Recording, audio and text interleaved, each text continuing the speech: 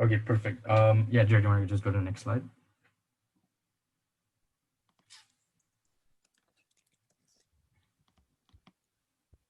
Yeah, so just a quick intro to TAMID, which I'm sure by now all of you are very familiar with. So as you know, it's a organization that helps connect university students to startup businesses in Israel, and get students kind of interested and familiar with the business world. Here at NYU Shanghai, we have two main tracks, which is the fund and consulting. And we're going to try and focus mainly on the consulting side. So really quick about the network in the next slide that you have available here at TAMID, right? It is really a global organization that kind of allows you to meet and um, chat with people from all over the world. We have sister and brother chapters all over the US, in Israel. We're one of the special chapters here, which is located in Asia, especially in a country like China, which kind of makes our organization a little bit unique and interesting because it gives us a chance to, work on that bridge between two different countries. So we get an idea of business and foreign policy and how they work together, at the same time exposing us to two different systems of business. Yep. And then I think, Jared, you can just go to slide 6 from there really quickly, which is about TAMID consulting. Yeah. So, yeah, the next slide, sorry, 7. So consulting, I mean, what is it essentially, right? So I think the best way to think about it is a 3-step process in evaluating a business and providing a strategy. You start first by breaking down the ins and outs of the business, the ins and outs of the market, getting used to um, understanding the way in which the industry works and what are the economic forces that build the industry. That sort of moves more into then, you know, more specific research, but also designing solutions at that point that create a way that can help the company or working on a number of issues. That might be its branding, that might be gaining market share, that may be increasing profits, lowering costs, it can be anything. And then obviously it's about also how effective your solution is and how easily it can be implemented. It has to be feasible, essentially. And I think the most important slide is the next one for you guys. If you guys are really interested in consulting as a career and moving forward, is about what are the expectations of a consultant. So here you can see you can read them for yourselves. These are two things from some of the bigger firms, consulting firms in the world, right? And I think what you'll see really for a consultant that is important is you need to have a varied ability of knowledge. You need to be willing to learn all the time because you're going to be involved in multiple industries. So, you're going to need to talk about finance. You're going to need to talk about manufacturing. You need to be able to talk about a wide variety of things. So when you approach your projects and stuff in TAMID, right, try and keep that in mind. Try and look at it from multiple lenses and try and talk about it in different ways. So don't come from just a one-sided approach, right? Uh, okay, and then, I mean, with that said, I'll move to the first lecture because it's a pretty long one to start, which is about market research and analysis. Really quickly, I think Jared's just going to switch the screen. So the way we split up the education, I'll just let you know, is we're going to start by the exact way you would do a real consulting project, what you would start with and what you would end with. So that's just going to give you guys a better idea of how this process works. So obviously the first thing you need to do before you get anywhere is market research, right? The importance of market research really is that it's going to give you an idea of how the market and the industry works. Essentially, this is your time to become an expert in the industry. You need to use this time to do your research and become knowledgeable about it. Because if you don't take this time to do this thing, then essentially you giving advice to somebody becomes redundant. So it's an extremely key and important part of our consulting project. So just go to the next slide. So I already touched on this a little bit, which is the purpose of market research. And yeah, so, I like this quote. It's from a McKinsey consultant, right? Which goes, if you want the answer, ask the question, right? It's an important thing to consider in consulting, right? Because many times people are going to tell you a problem and they're going to tell you, we want this done, right? And you need to be able to ask the right questions in your research to identify the correct solutions. Because again, that's what consulting boils down to. So, when you go to do your market research, you need to understand why you're doing it, right? And a lot of the times, the first reason I've put up there is what a lot of companies want you to do. They want you to understand the market and identify opportunities for them. Opportunities is a broad word. It can mean many things. It can mean um, getting extra customers, reaching other people. It could also mean, is there an opportunity outside to create a new niche market? I guess the best example of that would be when Apple came out with the iPhone. Within a similar market, is there a niche form or something that you can generate or create? Is there an opportunity there? So things like that. Then obviously there is also the part which everybody loves to talk about, which is marketing and branding. Can you connect your product to your consumer? Can you bring, a lot of time businesses have trouble. They have the product, they're in the market, but they don't know how to reach a consumer. So a lot of the times your market research might go around that. The third one is more related to the kind of consulting we'll do, because here at TAMID, we focus a lot at working with consultants. So, you know, uh, the proof of concept mainly is for you to check, is this a viable business? Many times startups that are coming to you are in their early stages, and what they want to know is, can they ever be profitable, right? Because startups don't start with a lot of profit. And it's your job as a consultant to be able to analyze and understand whether or not this business has a future, which can be quite difficult, but that's kind of what um, we, we, we're trying to do. Okay, going forward in the next few slides where we get a little bit into the technicals of how to do market research and things like that, I do want this to be a little bit interactive. So if you have a question, just interrupt me and speak up, because it's a little bit difficult on Zoom, but just go for it. Okay, so here we just do a quick breakdown of different types of market research, okay? So for us, we need to focus on two main ones, industry and consumer research. Industry research, I mean, they're pretty self-explanatory. Industry research is about the market. It's about understanding it as a whole and how the industry moves and works. Consumer research, on the other hand, is about, you must have guessed it by now, the consumer. It's about, how can you understand your customers? How do you sell to a customer? What is the customer's need? Okay, why is the customer buying your product? That's a really important thing, because sometimes you might believe your product is solving this solution, but many times for a customer, it's a different need. So you need to understand all of those things. So so if you look at the method example column, you'll see basically the methods in which you can understand the industry or the consumer. So consumer will be a lot of, focus groups, surveys, those type of things where you're getting personal feedback from the consumer. Industry research will be more about, um, you know, financial evaluations, market sizing, industry trends, those type of things. They're both important, and you'll need to conduct both in any project, but it's important to understand how to do both. So that going on to the next slide, which is different techniques to work on both of those. So we start with a top down and bottom up, right?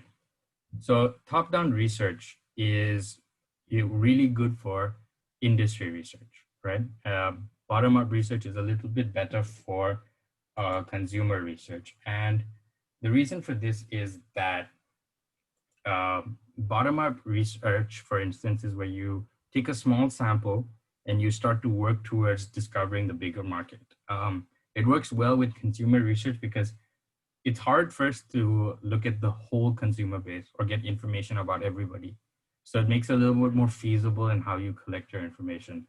But for the industry, because there's a lot of now information on the internet, on Google, and companies are constantly coming out about how the market's moving, those type of things, it's actually easier to look at the market as a whole and then segment it into smaller parts and figure it out. So I mean, this is a key thing to think about is you need to understand, are you doing industry research, consumer research? Because what's that going to help you decide is What's the right method when you're moving towards doing your research? Okay, so let's start with bottom-up research. Let me get you guys a little bit involved. Does anybody already know anything about bottom-up research or has done any sort of bottom-up research? Just curious. Okay, I guess not. Okay, George, you can go to the next slide. So bottom-up research, like I said, is working kind of backwards. So you're starting at a small point and you're going big. And it helps, like I said, one thing is it helps you discover if there's a problem or an unmet need between your consumers, right? And what an unmet need is, you might find that there is this gap in the market that consumers aren't receiving something that they need. And that's an opportunity for me to enter it, to be one of the first people inside this kind of niche, smaller market, to make space for me in the wider market, gain some extra market share. When you think about this unmet need or when you find it, there are two things to consider, right? It has to be strong and enduring.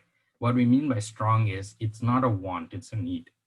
Why that's important is it shouldn't be something that in a few years as a trend, it'll go away, or it's something that somebody doesn't have a compulsion to buy, whether it's a service or a product, because if the person doesn't have a compulsion, you can't assure that the product will sell.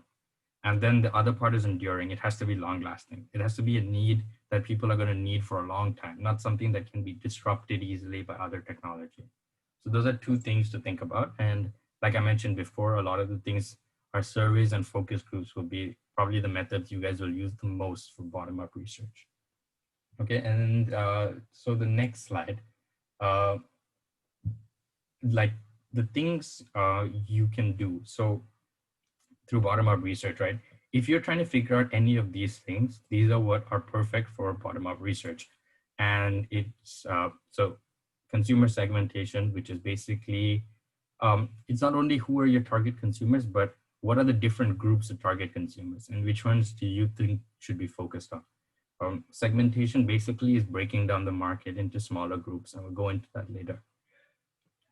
Then there is new product development. And what that is trying to discover if there's an opportunity for you to produce a new product within a market that could sell well. And that goes back to what we talked about before. Is there an unmet need? Is there a place for you to produce a new product that can meet a need that's not being met right now? That's really the best way for people to gain market share, right? If you're kind of uninhibited by other competitors and things like that, it's going to allow you to get in there first and build a strong base and foundation for your business. And then there are the other things: pricing research, brand equity, customer satisfaction. Those are pretty, exactly what they say there. And so I think this is really important for you to take note of going forward in your projects. If you want to do any of these things, if you're thinking of collecting any information, then you should consider doing bottom-up research. And then I'll just go over in the next slide what is one way you could think about conducting bottom-up research. So, I mean, for me, I think the best thing I like to learn through examples. So if we start with an example, it really is a simple process, but it's a little more complicated than what I've put down. It's not so simple also. But just for our sake, right? Let's take a franchise restaurant in Shanghai. And guys, you guys can get involved, by the way. If you have any questions, just do ask. So let's take a franchise restaurant in Shanghai, and they came to TAMID and they said that we want to figure out what the size of the market is. We want to figure out who are the people we're dealing with, what can we do? How do we get involved with our customers and decide, okay, we want to, these are who we want to sell to, these are who we can't sell to, stuff like that. So how do you figure out how large the market is? Or how do you figure out how many consumers there are in the market that meet the need for your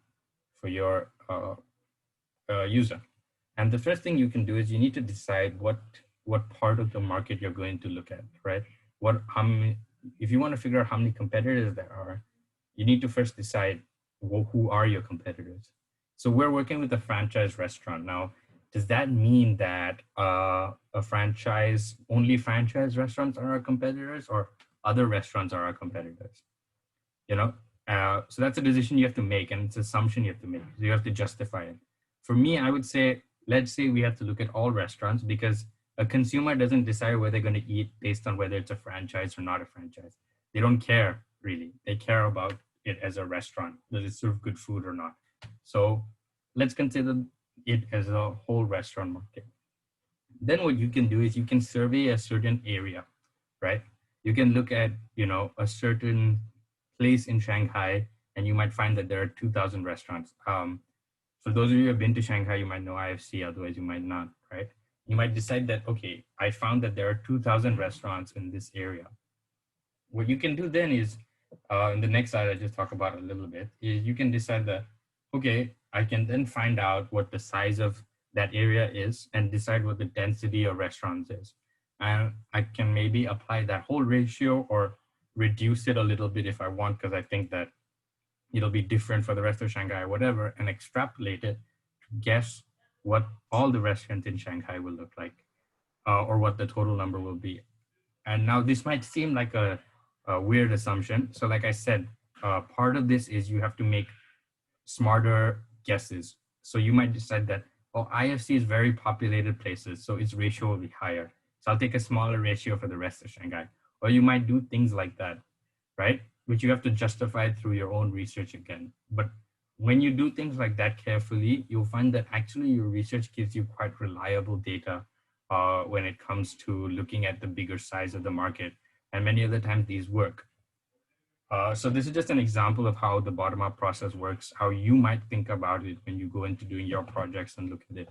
And it's a good tool to have in your other classes if you do any research projects. When you go into your senior year, if you have to do a capstone for anything, this is a good thing to keep in mind, because it's easy to do and it can be done by one person. It don't need a large group of resources to have it done. So I think personally, it's probably what I would suggest is the best way for us to go about our research. And then we'll move into top down, which is a slightly more analytical version of research, or looks at it at a more, not at a first-hand basis, but gathering information from the net or other things, secondary sources. And it is very accurate also, but it's a little bit harder to conduct because sometimes the information is not always readily available on the internet. So you need to be smart about how you find it. So then there are a few things. So there's market sizing, industry trends, and competitive analysis. These are three things you can do to use top-down research to solve. Now, like I said, a lot of this information can be a little bit tricky to find. So again, it requires some assumptions. You're going to ask a lot of questions when you're doing this, but you might not get the exact answer. You might get something else. And you have to be able to have the confidence to draw a connection from whatever data you have to the question you're trying to answer. And what I mean by that is, for instance, if you look at industry trends, is the industry growing or shrinking? If you look at the restaurant industry, you might not find specific examples of the restaurant industry, but you might find that the export of food into China has gone up from other countries, and the export or the like supermarket businesses have gone up. And you might assume that, okay, that must mean that more people are cooking at home or things like that, since people are buying mostly groceries. So maybe the industry for restaurants is a bit stagnant. And then you can justify that from many other ways. Has prices gone up? So are people actually able to? So you shouldn't expect to get the exact answer you're looking for when you look and research these things, but try and think of it in a little more abstract way. And this goes back to kind of what I said before about what a consultant is. You need to be able to attack any question, any problem from multiple sides and ideas. Okay, so let's just go into top-down research, right? So if we look at market sizing first, so what is market sizing? What are you trying to do? Just the next slide. So basically, this is kind of where you're trying to understand the market as a whole. These are what the players in the market, these are the big players, but also what makes a company big and what makes a company able to last. And I think it's a good point to look at if you're trying to figure out what is the revenue a company can make. Uh, right. That's really, I think, where you'll do most of your market sizing, and top-down research is a good way to do it, because what you can look at is what are the revenues other companies are making. Um, Now, like I said, we have to consider different businesses that we work in, countries that we work in. So in China, it's a little bit hard to get financial statements of Chinese companies, but big ones like Alibaba, Tencent, and stuff, which are listed on multiple stock exchanges, you can actually find their financial statements, figure out their revenues. But companies outside of China, in Israel and other places, it's quite easy. Most companies post their financial statements. So it's a good way for you to look at competitors and see this is how much revenue competitors are generating. What that can tell you is, okay, this is what you need to, this is how much money you need to gain to be competitive. But you also need to try and understand what is the feasibility of it. If already these companies are taking so much revenue, is there enough customers left to buy from you that can justify you considering moving into the market, or can justify that you can make as much revenue as other people? So that's an important thing to consider. And that's where you use market sizing for top-down research. Okay, then we can go to industry trends. This is, I think, the most or the biggest thing top-down research gives us. And this is also really important to do regardless of anything, whether you're actually looking for it or not. I would recommend that you try and become understanding of what makes an industry grow or shrink. Because if you have a strong understanding of how or why the industry moves a certain way, it'll be easier for you to produce an effective solution, telling a startup or another business, how do you, where do you move, where do you go? The other thing about it is that if you understand the trends well, you can make strong predictions about whether it's a market people should consider moving into, right? So there's a lot of nuances to this bit, and this might take you time. I mean, you don't need to come up with every time you do this. The company might not ask for it, so you don't need to come up with something tangible. But it's a good thing for you to understand to grow your own knowledge, and it's going to help you become a better consultant because it's going to give you that ability to talk about multiple industries. Just as a little example in a story, uh, I did a small internship at a consulting company here in Singapore. And I spent all my time, almost 90% of it, reading articles and things from BBC, CNN, Bloomberg, Wall Street Journal, those type of things, just understanding industry. And my whole job they paid me to do was just answer one simple question. Is this industry going to grow in the next 10 years, or is it going to shrink in the next 10 years? And as consultants, that's a big part of your job, because if you can't understand that, you can't really give effective advice. So it's important that when you do your top-down research, when you're looking on the internet and when you're focusing, look at these things. And Wall Street Journal, Bloomberg, and those type of websites are great things to go to because they have really in-depth, concise information. So it's something you should consider. Okay, and then the final one is competitive analysis, which is the next one. Next slide. So this is kind of trying to figure out what is the competition like inside the market. So what are the barriers to entry? What is the share of market that's already been that's going to certain companies in certain markets? How saturated is the market? These are the things that you're trying to look at.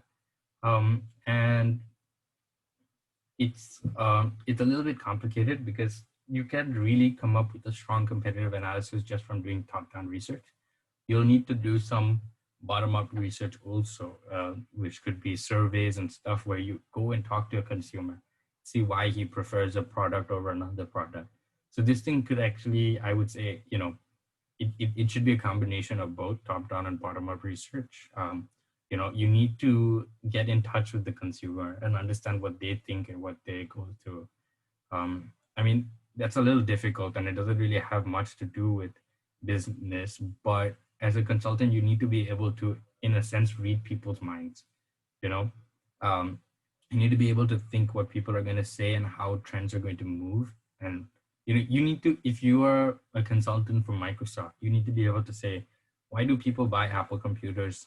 You know, why do people prefer, or if you're an Android consultant, why do people prefer an iOS software over an Android software? You need to be able to answer those questions. So that might take a little bit of bottom-up research, but you can also do a lot of top-down research in what is the other company doing that's making them competitive.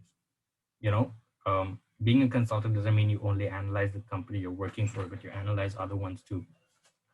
So that's what it is. Okay. And so that's kind of it for market research. Does anybody have any questions or thoughts or ideas?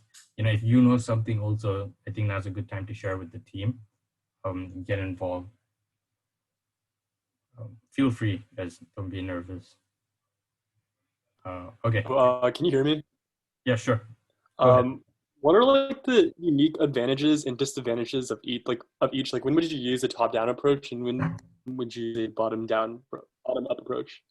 So that's a good question. So like I said, I would use it as if I'm trying to do more consumer research, if I'm trying to focus on the consumer, what he thinks and what he does, I think it would make, or what our preferences. I don't know if any of you have done economic courses yet, but you learn a little bit about preference and stuff like that. To understand any of those things, I think bottom up research works well. Um, when you're working with people, I think whenever you're looking at the industry or the market as a whole, I think it makes sense to do top-down research. And what I mean by that is, are you trying to understand how the market is moving? Are you trying to understand what is the market share available for your company? Those type of things, I would suggest you do top-down research, because those things are very hard to understand from a low level. You need to look at them as an overall thing. Whereas consumer preference, I guess the logic is that if you look at consumer preference as an overall thing, you'll never be able to understand the smaller segments within the market. But if you do bottom-up research, you can split up your market into many small ones that can help you create a more targeted approach. But an industry's trend, which way it moves or which way it goes or what its size is, that doesn't require you to break it up into smaller parts, but rather consider it as a whole. And that's when you would do top-down research. So that's what I would consider. Then I also think we got a question about what softwares or websites do we need to master? So, I mean, this is a little bit tricky because, like I said, a lot of the information isn't available. And sometimes what it takes is actually doing the research, especially for top-down, where you'll find out whether or not these companies are, or these websites are good. I think a good place for me to start anytime is look at Bloomberg and the Wall Street Journal. You can also try looking at McKinsey reports, all consultant groups, Bain reports and stuff. Sometimes they post outlooks on markets and stuff online in PDF files. So just search up McKinsey, whatever the industry is, growth or something, and you might be able to find something. Another thing I would suggest is if you're looking at credit markets and things like that, there is a site called Preqin, Preqin, which is really good for that stuff. So that's also another thing to look at. But you might have your own preferences of what you like to see and read. So a good idea sometimes is to just start typing different things into Google, see what you can find and see what you can't find. One of the things is that for those of you who are on campus at NYU Shanghai, I believe we have a Bloomberg terminal. Bloomberg terminal is a terminal, so like it's only available to paid customers, but I think NYU Shanghai subscribes to one and you have to use that one computer in the library. Is excellent for market research. It is the best thing available, 100%.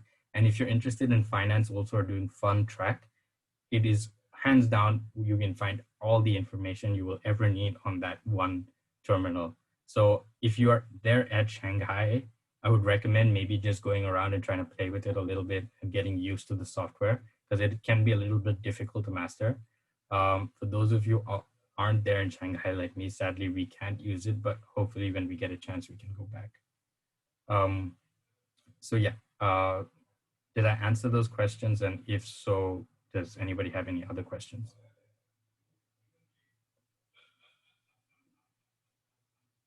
Okay, if not, let's move on to the second part of today, which is about market analysis. Okay, so I'm going to go a little bit quickly because I have some like group project that I want to do. If you guys have any other questions also at any time, you can feel free to reach out me, message me. I'm happy to answer. But okay, so let's just go into the next slide, the purpose of market analysis, right? So market analysis essentially is understanding all our research. It's about collecting our research and deciding that, okay, making sense of it.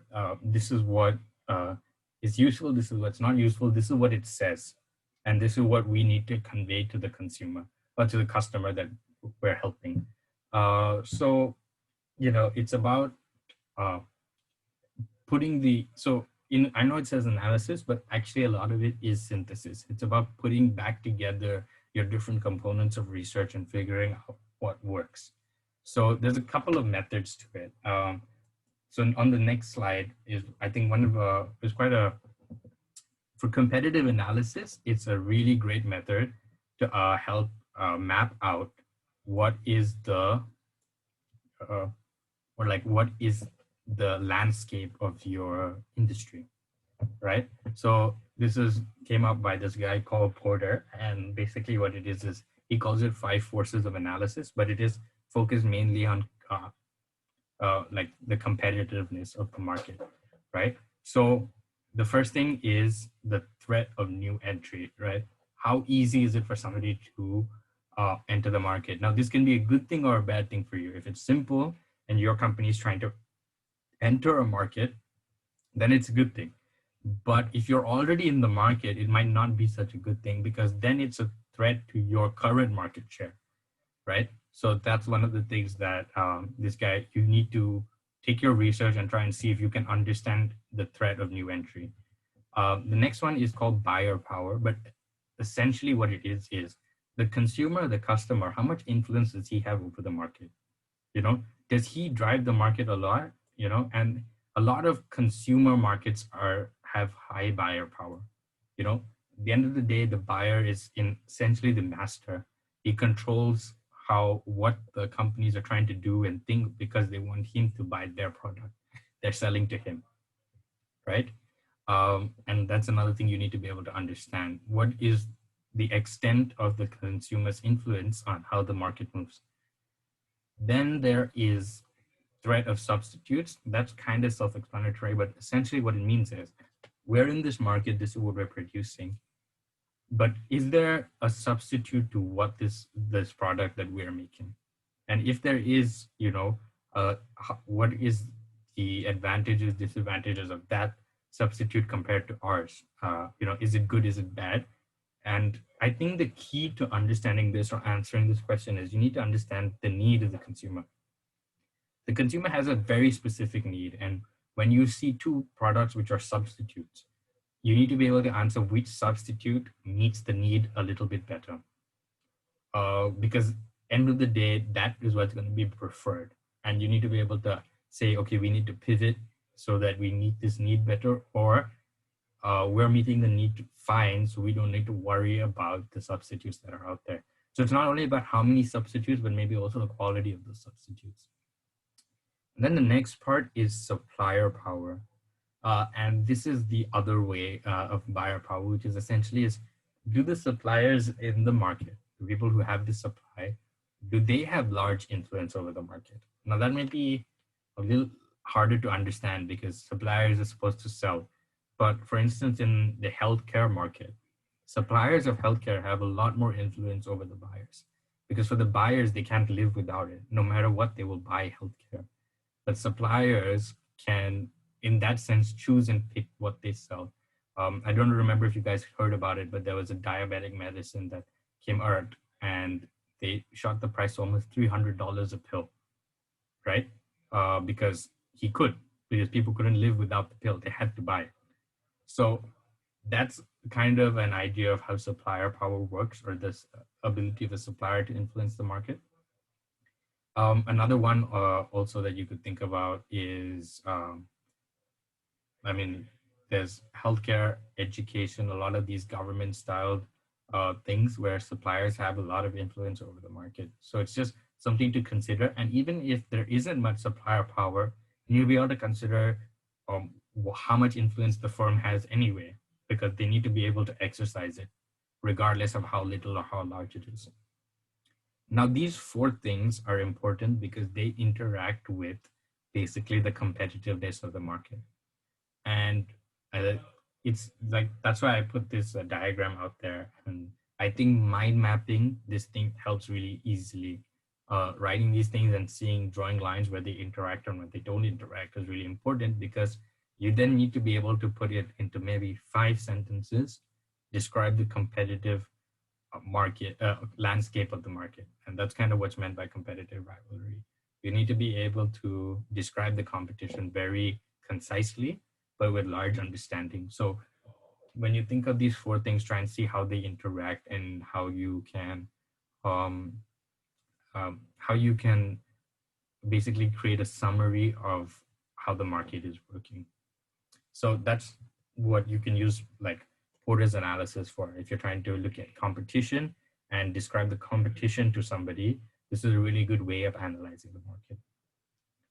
And then the next one is just a quick breakdown of the Porter analysis.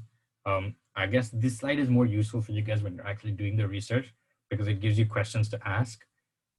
These are what you're looking for to answer, for you to be able to have a good understanding of each of the factors. So, I mean, you guys will, I just will share the slides with you guys also, so you'll always have it on hand. And you can just have a look at this when you go through your projects and you do your things. Okay, next slide is about segmentation, right? So this one is a little bit about, again, it's about understanding the consumer, but it's also like important thing to do, because it's about understanding which parts of the market can you sell to. Sorry, I don't know what that was. But yeah, so what I've done here is I've just given a basic breakdown of market segmentation. So there are 4 ways you can do it: geographic, demographic, behavioral, psychographic. Geography is kind of what I did before with the bottom up. You know, you might decide to look at a certain region or a certain part and look at how that part might be different to different regions, or how you want to focus on a certain region within a certain country or within a certain continent and stuff like that. So that's an important thing for location-based services, transport, manufacturing, those type of things. It's important to consider the geographic segments of the market. Then there's demographic, which I think is a very important one, but that's basically the person you're selling to. That can be anything between age, or it could be even like it's written here, university students, education. It could be what types of jobs people are doing. It could be anything which helps divide, I guess, people into separate groups, right? And I mean, one of the ways that demographic research also works is you can be looking at it as a nationalistic thing. You know, when companies move to different national markets, they sell things differently. One way is cars. Car names are different in different countries that you go to. So think about it in that sense also, how you can split up the market demographically. And then there's behavioral, which is a little bit complicated. But basically what it is you're going to find that there might be university students might want to buy your product, but certain university students might have more, might be more willing to spend money, or some might have like a larger value for money they don't want to spend easily. So that might make it harder for you to price those type of things. So in behavioral segmentation is really about resegmenting a market you already have and trying to figure out, okay, maybe out of the university students in NYU Shanghai, 20% of them are willing to spend $50 for this product. The other 80 are only willing to spend 14. So then what is my price? What do I do? Who am I going to then sell to?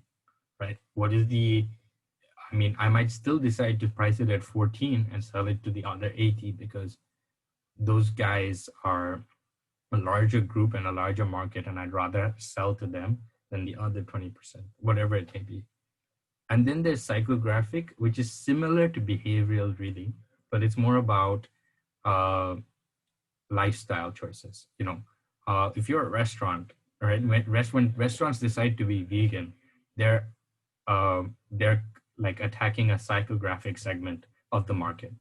People who won't eat without animal products or only want vegan diets will prefer to go to a restaurant which is completely vegan rather than going to a restaurant and picking a vegan option.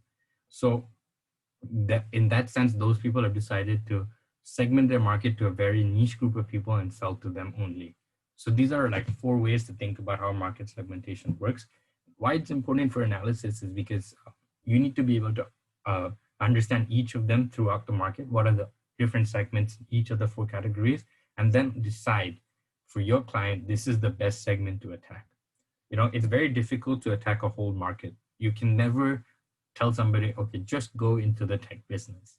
You need to be far more specific. What part of the tech business are you talking about? Microchips, or more specifically, microchips for computers, or microchips just for phones. What are you really targeting? Because each of those things will mean that your product needs to be slightly different.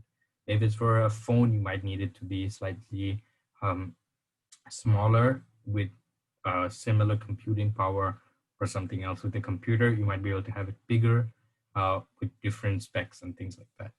So those are things that you need to think about when you're doing your segmentation.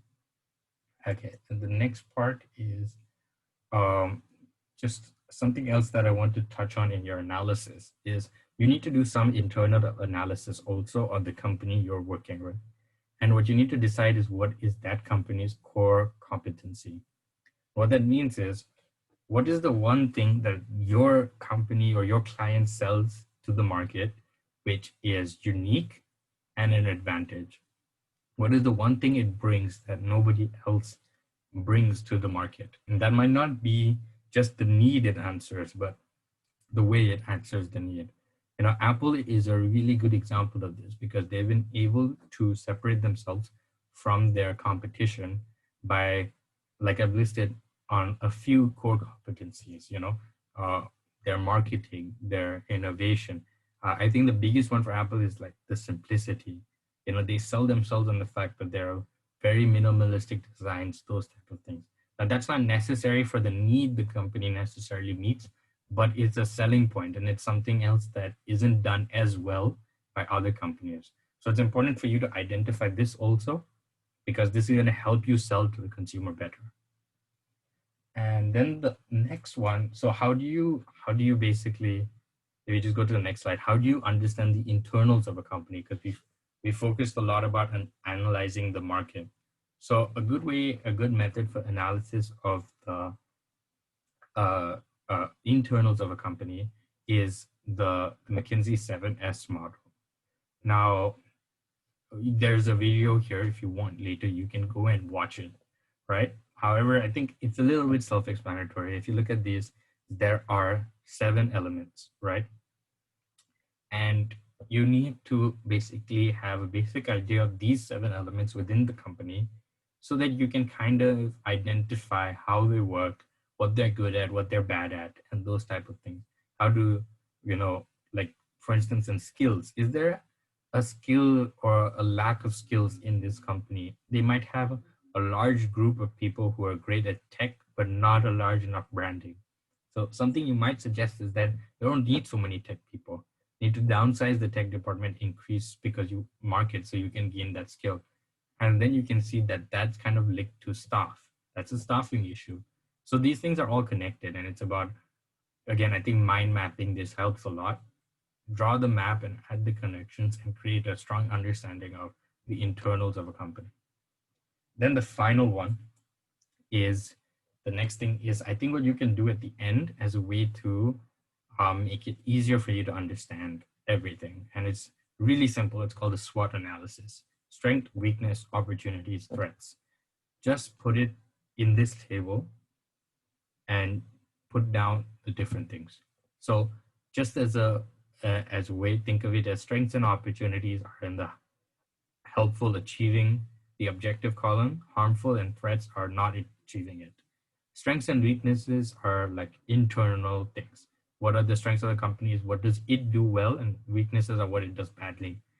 Opportunities and threats are, in the market, there are these opportunities for the company, but there are these threats for the company. They're of external origin. It's just a way for you to put down and for your understanding, understand completely the market, the consumer, everything together, and where your company stands.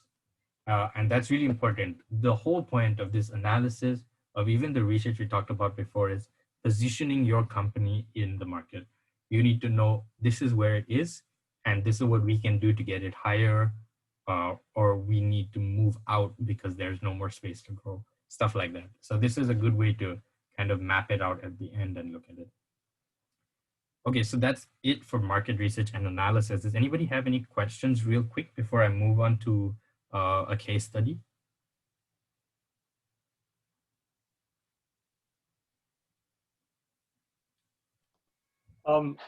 Sorry, it's me again. But I typed in the question. Oh, sorry. Yeah. Okay. Just got it. Basically, yeah, cool. Yeah. Okay. Actually, that's a great question. So, Greg asked, is behavioral segmentation just a more nuanced demographic segmentation? And can behavioral and psychographic segmentation overlap? So, let me answer the second question first. I think all segmentations can overlap. Even if you look at geographic and demographic, when I talked about countries, in a way, or when you sell to different countries, in a way, it's a geographic segmentation also, as well as a demographic one. So yeah, for sure, psychographic and behavioral, I think, overlap more than anything else. And I think sometimes it's a little bit hard to say which one is which, right? And at the end of the day, people define psychographic as lifestyle, but I would argue, your behavior is part of your lifestyle too. So they overlap a lot. And it's not so important as to understand, to fit it into a specific category, but more important to be able to create all the segments. So you don't need to worry too much about which group it goes into.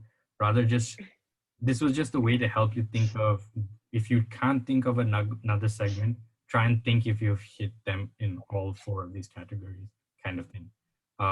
But yeah, I think it's a good point you bring up. They overlap a lot. And the other part you said is behavioral segmentation just a more nuanced demographic segmentation?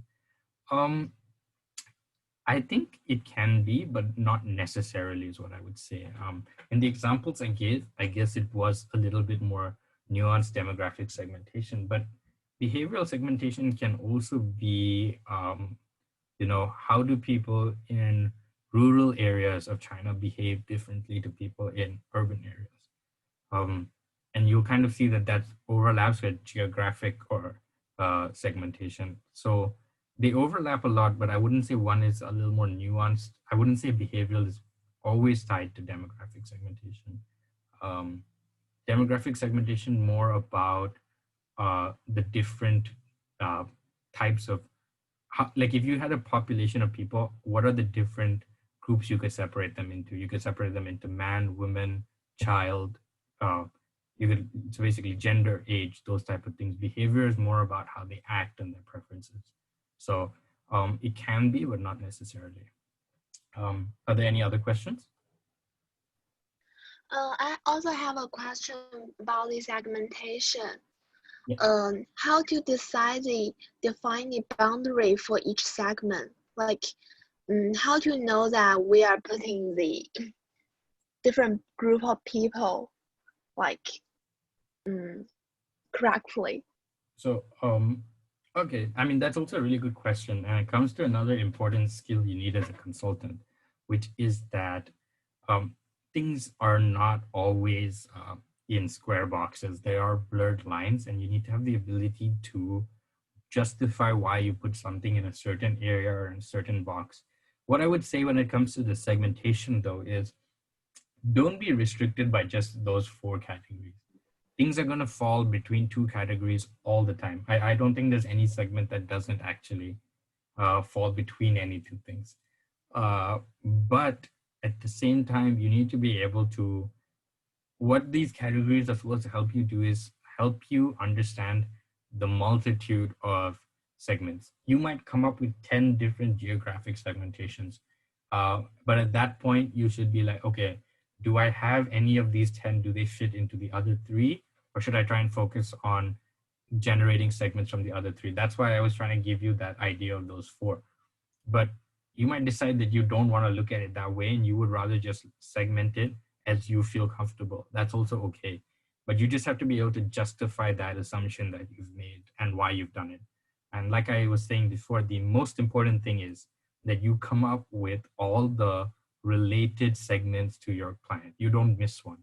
That's the most important thing. So if you feel more comfortable doing it a different way, then sure, go ahead. But otherwise, this is a good way to get started in understanding different ways to look at segments. I hope that answered the question. Okay, thanks. No worries. Okay, so with that, because we only have another 5 minutes left, I'll just go on to the next slide. So the next slide, all right, is basically a case study, and it's from Deloitte. So it's an interview case study, interview question. So a lot of times if you interview for big consulting companies, there'll be a case interview. For people who come out of uni, if you're going for a consulting job, 90% of the time you will get a case interview. And what that means is they'll give you a case and they'll ask you some questions about it. So I was hoping that we could do this in this session, but I don't know if we have enough time with the 5 minutes. So maybe we'll go over it really quickly. I'll give you guys a chance to read the case study. And I'll just go over it really quickly. And it's a luxury hotel case study. Basically your client runs a chain of 5-star hotels.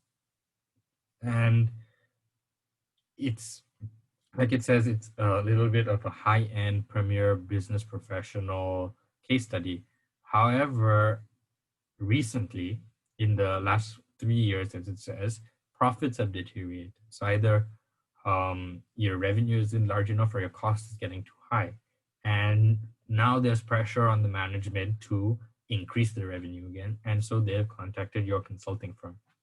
So what are ways in which we can help them increase their revenue, or their profit, not revenue.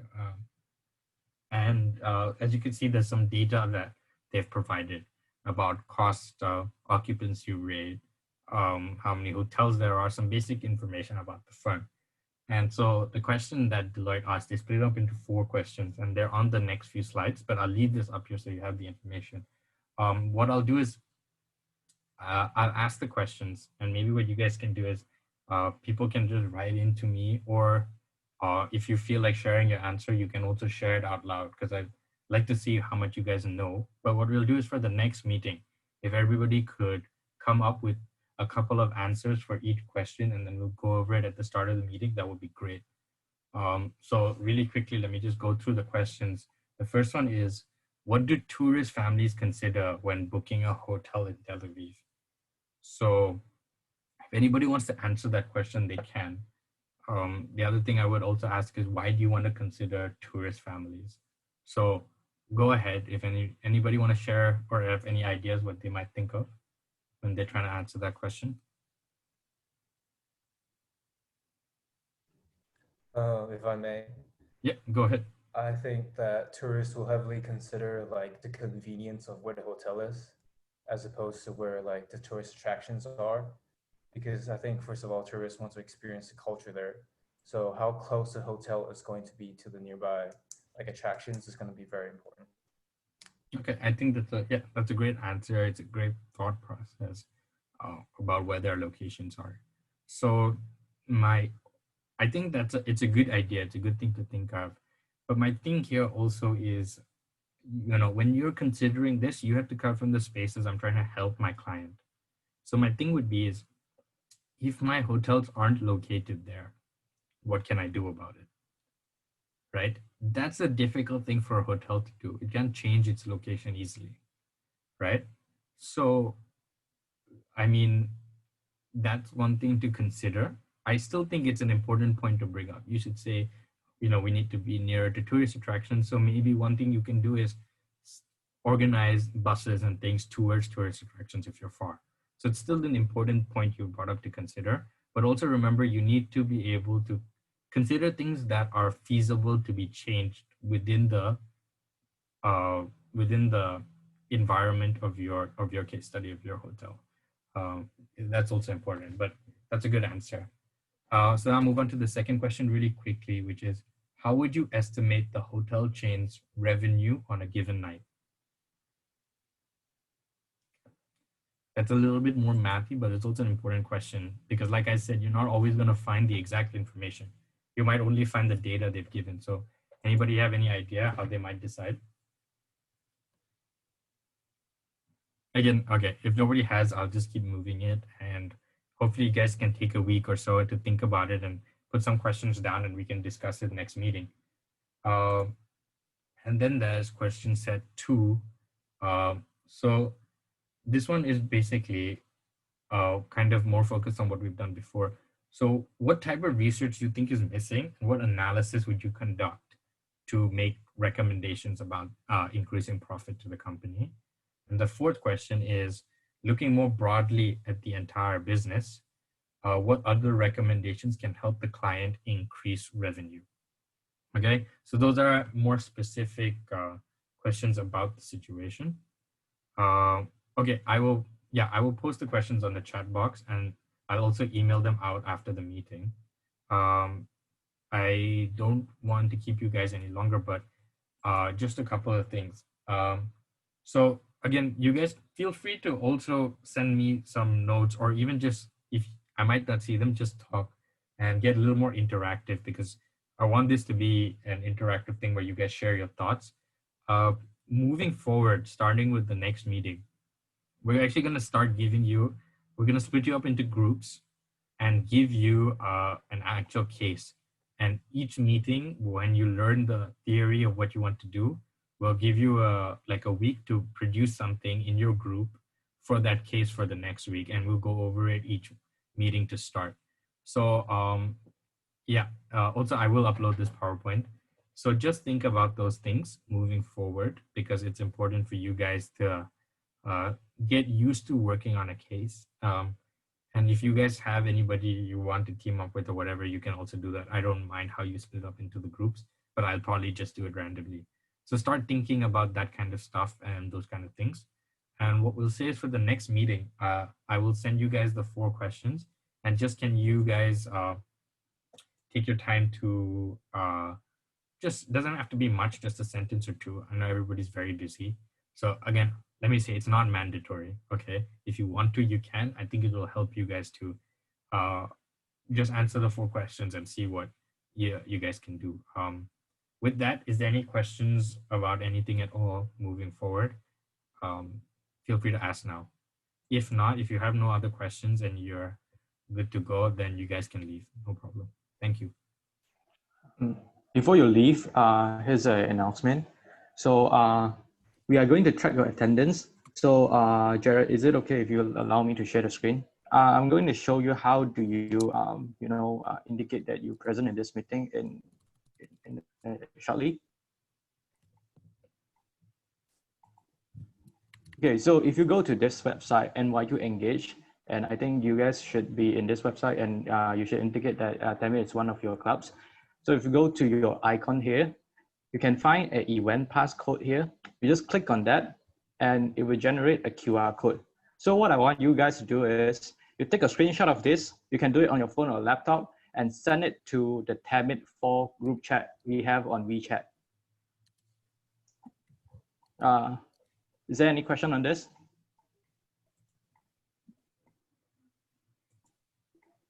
And this is the link.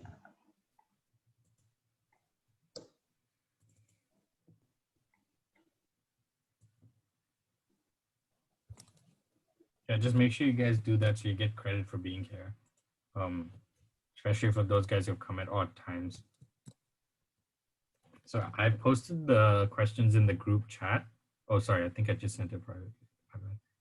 So I'll just post the questions. You can take a photo and answer them. But remember that we're also posting this slideshow and stuff on YouTube.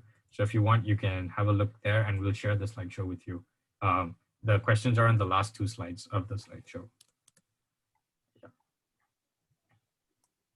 Sorry, could you show that QR code again? Oh, each individual, they have different QR codes. So you need to log in with your to NYU Engage with your own net okay, ID okay. and password to get that. Thank you. Yeah, no worries.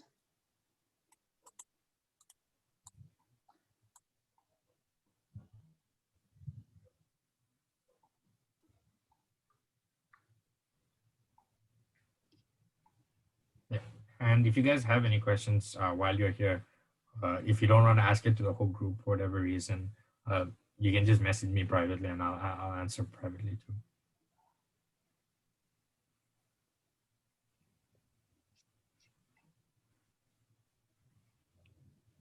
Where is the QR code page? I couldn't find it.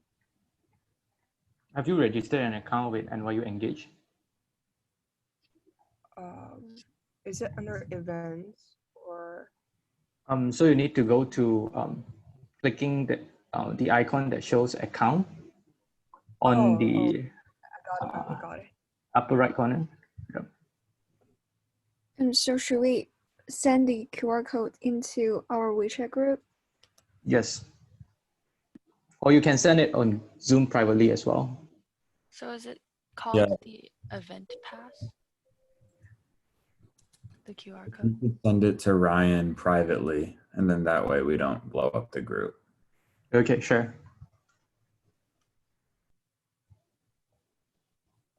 You guys can either send it on Zoom to me, or you can, private message me on WeChat.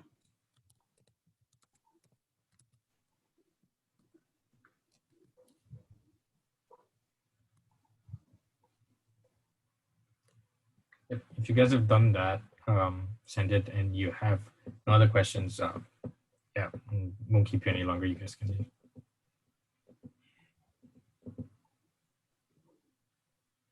Thank you. You first.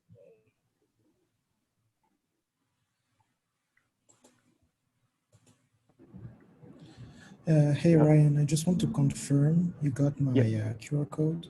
Yep, I got it. Thank you so much, Danny. Right.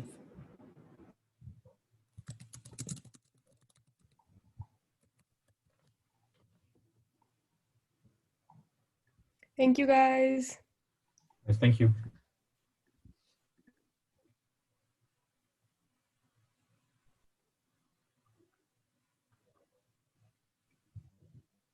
Yep, Christy, I received yours as well.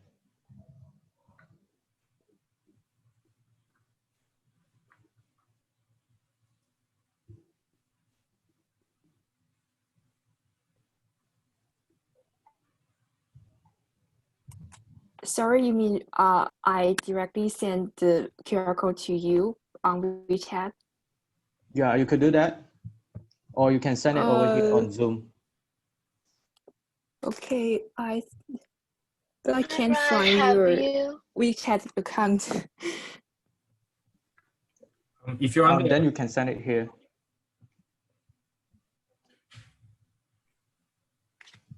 Wait, how do we send it through Zoom? So you need to download it as a file, and then you can upload it on the chat.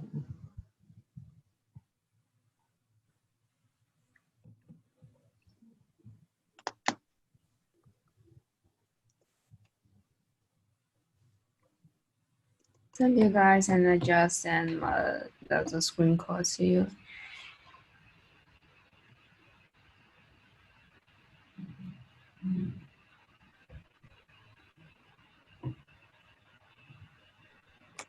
Hey, how do we get the QR code again? So you need to go to NYU Engage, log in with your net ID and password, and click on account on the upper right corner. there's a event pass column that you can click into, and after you click that, it will lead you to another page showing your event pass, and it's a QR code.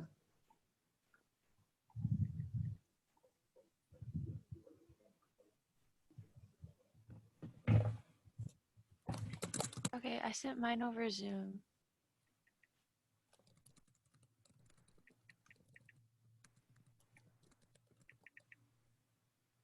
Yep, just receive yours, Leslie, Anita. Yeah, thank and you. Thank you. Just to confirm with you guys. Awesome, thanks.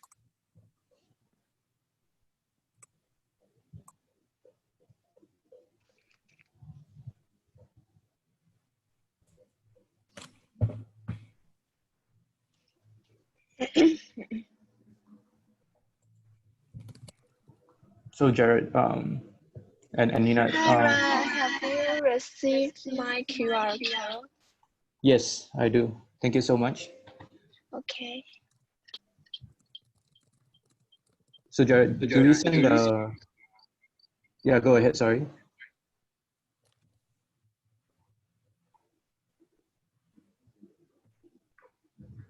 Shouldn't say anything, but if we stop recording now, it should be good. Yeah, sorry, I know I went on.